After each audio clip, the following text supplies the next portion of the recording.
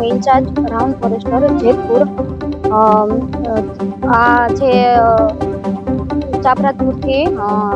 નજીક ભાદર કેનાલ આવેલી છે તેની બાજુમાં જમનભાઈ ભીખાભાઈ અમીપરાનું ખેતર છે, જેઓ આજે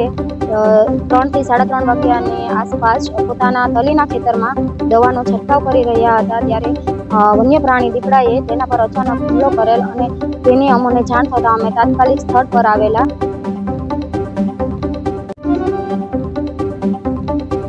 ભીખાભાઈ અમીપરા, હું 2.5 થી 3 ગાળામાં દવા છાંટતો હતો અને અચાનક દીપડો મારી સામે આવી ગયો અને બે સામે થઈ ગયા અને મને હુમલો કરી દીધો અને છટકીને ભાગી ગયો અને મારો છોકરો આવીને મને સરકારી હોસ્પિટલમાં સારવાર હેઠળ લઈ ગયો.